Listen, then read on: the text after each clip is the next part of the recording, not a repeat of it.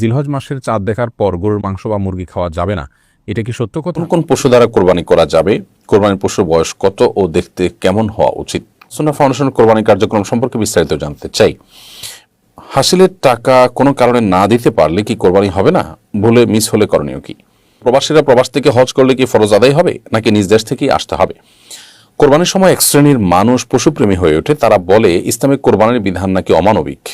আসলেই কি কোরবানি অমানবিক? ইসলামে পশু জবাইয়ের নীতিমালা কি? কোরবানির জাগতিক উপকারিতা সম্পর্কে জানতে চাই। তাহলে চলুন, আপনাদের যে সমস্ত প্রশ্ন ইতিমধ্যে আমাদের কাছে চলে এসেছে সেগুলোর উত্তর দেওয়ার ফলে আমরা প্রবেশ করি বিলম্ব না করে। আমি শুরুতে যে প্রশ্নটি দেখতে পাচ্ছি সেটা হলো, কোন কোন পশু দ্বারা কোরবানি করা যাবে, কোরবানির পশুর বয়স কত ও দেখতে কেমন হওয়া উচিত? খুবই দরকারি এবং প্রাসঙ্গিক একটি প্রশ্ন। কোরবানি গরু, মহিষ, ওঁট, ভেড়া, দুম্বা, ছাগল এই সমস্ত পশু দ্বারা কোরবানি করা যাবে। বড় যেগুলো আছে যেমন ওঁট, সেটির বয়স হতে হবে 5 বছর, গরু আর মহিষের বয়স হতে হবে 2 বছর এবং ভেড়া, ছাগল, দুম্বার বয়স হতে হবে 1 বছর। আর এই পশুগুলো যেন হৃষ্টপুষ্ট হয়, সুন্দর হয়, দেখতে ভালো হয়, প্রথম দেখাতেই পছন্দ হয়ে যায়। এগুলোর গায়ে যেন গোশত ভালো থাকে এবং এগুলো যেন নিষ্কলুষ থাকে, অর্থাৎ বড় কোনো ত্রুটিযুক্ত যেন না হয়। বিশেষ করে 4 ধরনের পশু নবী করিম সাল্লাল্লাহু আলাইহি ওয়াসাল্লাম কোরবানি করতে নিষেধ করেছেন। এর মধ্যে একটা হলো অন্ধ, আরেকটা হলো ল্যাংড়া, যে চলতে পারে না, এক পা তার অনেকটা অকেজো বা কষ্ট হয়, ঘুরিয়ে ঘুরিয়ে হাঁটতে হয় তাকে। আর আরেকটা হলো যে অনেক দুর্বল, যার কারণে জবের জায়গা পর্যন্ত হেঁটে যাওয়াও তার জন্য কঠিন হয়। আর আরেকটা হলো যে পশু আহত হয়েছে, সেটা যে কোনোভাবে অন্য পশু দ্বারা আহত হতে পারে, কোনো অ্যাক্সিডেন্টে আহত হতে পারে, তাতে যদি তার এক অঙ্গ নষ্ট হয়ে যায় বা নষ্ট হওয়ার উপক্রম হয়ে যায়, তাহলে সেক্ষেত্রে সে সমস্ত পশু দিয়ে কোরবানি করতে নবী সাল্লাল্লাহু আলাইহি ওয়াসাল্লাম নিষেধ করেছেন। তার মানে নিষ্কলুষ এবং ফ্রেশ, যথাসম্ভব দেখতে শুনতে ভালো পশু দিয়ে কোরবানি করার চেষ্টা করতে হবে। এরপরে প্রশ্ন হলো, আপনার আসুন্নাহ ফাউন্ডেশন কোরবানি কার্যক্রম সম্পর্কে বিস্তারিত জানতে চাই। প্রিয় দর্শক, আসুন্নাহ ফাউন্ডেশন আলহামদুলিল্লাহ প্রতি বছর কোরবানি কার্যক্রম পরিচালনা করে থাকে সবার জন্য কোরবানি এই শিরোনামে, এবং গত বছর থেকে আমরা 2 ফরম্যাটে 2 ভাবে এই কার্যক্রমটি পরিচালনা করে আসছি। তার একটি হলো, অনেক ভাই বোনরা আমাদের আছেন যারা পৃথিবীর বিভিন্ন দেশে বিভিন্ন প্রান্তে অবস্থান করছেন, সেখানে তাদের জন্য কোরবানি করা নানা কারণে কঠিন, কষ্টের। আবার অনেকে আসেন শহরে বসবাস করেন বা দেশে বসবাস করেন, কিন্তু তাদের জন্য নিজের কোরবানি যে করাটা কষ্টের, দুরূহ বা কোনো কারণে কোনো প্রতিবন্ধকতা বাধা আছে, অথবা যে কারণেই হোক কেউ তার কোরবানি গরিব দুঃখীদের মাঝে করতে চান। তো এই সমস্ত মানুষদের জন্য আমরা গরু এবং ছাগল এর টাকা আমাদের কাছে অর্পণ করার সুযোগ আমরা রেখেছি, এবং সেই টাকা দিয়ে আমরা গেল বছর প্রায় 500 শতাধিক গরু এবং ছাগল কোরবানি সারা দেশে আমরা করেছি। এবছরও ঠিক একইভাবে আমরা প্রত্যেকটি জেলাতে কোরবানি কার্যক্রম পরিচালনা করছি। ইতিমধ্যে দেশের প্রায় প্রতিটি জেলাতেই আমাদের কোরবানির পশুর টাকা পৌঁছে গেছে এবং যথা নিয়মে হাসিল ইত্যাদি জমা দেওয়া হচ্ছে। অর্থাৎ পশু কিনে দিয়ে সেটার জবাই করার পর গোশত বিতরণ করার যে কার্যক্রম, সেটি আলহামদুলিল্লাহ চলমান আছে।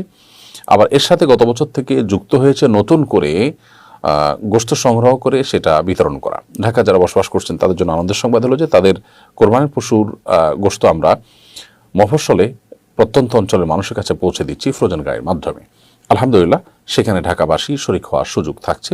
পুরো বিষয় আরও বিস্তারিত জানতে চাইলে আসুন্নাহ ফাউন্ডেশনের অফিসিয়াল নম্বরে অফিস টাইমে আপনি ফোন করে সহযোগিতা চাইতে পারেন। এরপর প্রশ্ন হলো, হাসিলের টাকা কোনো কারণে না দিতে পারলে কি কোরবানি হবে না? ভুলে মিস হলে করণীয় কি? হাসিলের টাকা যদি না দেওয়া হয় তাহলে সেটা বাজার কর্তৃপক্ষের হক নষ্ট হয়, কারণ বাজার যারা ম্যানেজ করে এটা তাদের হক। তারা যেহেতু বাজার ম্যানেজ করে, তাদের খরচ খরচা উঠায় ইত্যাদি।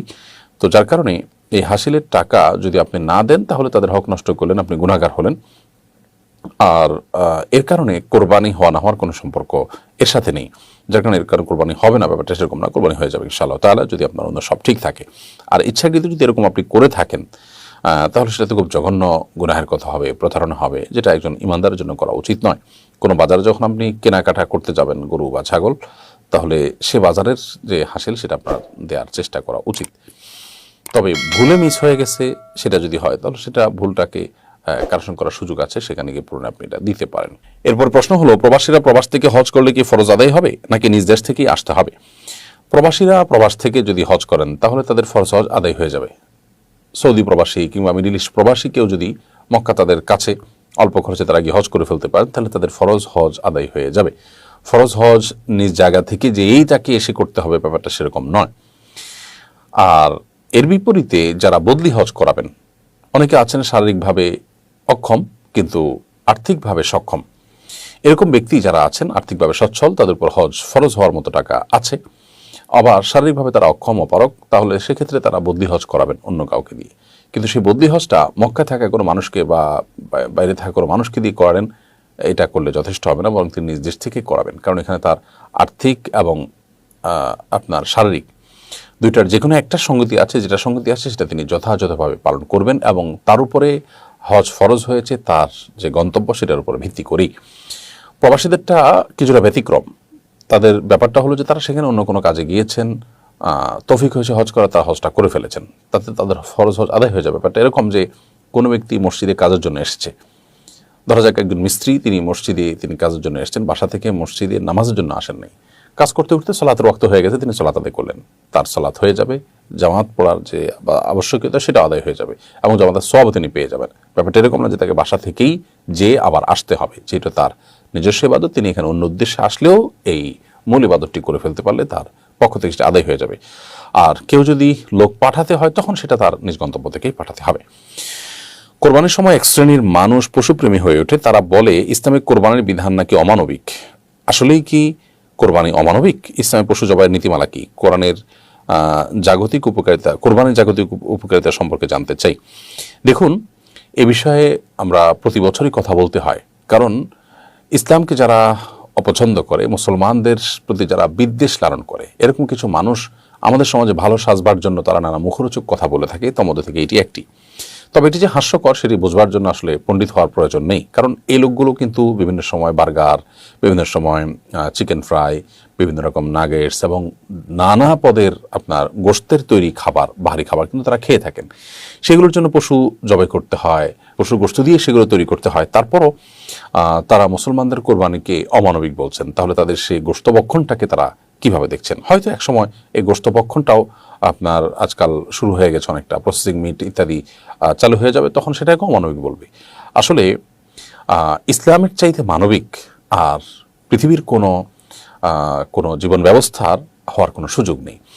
নবী করিম সাল্লাল্লাহু আলাইহি সাল্লাম পশুদের ব্যাপারে একজন মুসলমানকে কতটা দায়িত্বশীল হতে বলেছেন যে জবাই করার সময় পর্যন্ত ছুরি ধার দিয়ে যাতে অল্প কষ্টে তাকে জবাই করা যায় সেই নির্দেশনা দিয়েছে। এমনকি রণাঙ্গনে যুদ্ধক্ষেত্রে শত্রুকে হত্যা করার প্রয়োজন হলেও সেই যুদ্ধরত শত্রুকে হত্যা করতে গিয়েও নির্মমতার যেন আশ্রয় আনা হয়, নবী সাল্লাল্লাহু আলাইহি সাল্লাম কঠোরভাবে কিন্তু সে বিষয়ে নির্দেশনা দিয়েছেন এবং সাহাবীরা অক্ষরে অক্ষরে সেটি পালন করেছেন। নবী সাল্লাল্লাহু আলাইহি সাল্লামের জীবনে একটি বারের জন্য তার ব্যথা কিন্তু ঘটেনি। অতএব আজকে যারা মুখরোচক কথা বলছেন, তাদের জন্ম, তাদের 14 গোষ্ঠীর জন্ম, তাদের এই মুখরোচক স্লোগানগুলো যারা শিখিয়েছেন, তাদেরও জন্মের, তাদের ভাবনার জগতে এই সমস্ত বিষয়গুলো উদয় হওয়ার বহু আগেই প্রিয় নবী সাল্লাল্লাহু আলাইহি সাল্লাম কিন্তু পশুর প্রতি দায়িত্বশীলতা, প্রকৃতির প্রতি দায়িত্বশীলতা এবং অন্য বিষয়গুলো সম্পর্কে আমাদেরকে তিনি সুস্পষ্ট নির্দেশনা দিয়েছেন। মুসলমান এর চাইতে মানবিকের জন্য আর কারোর হওয়ার কোনো সুযোগ নেই।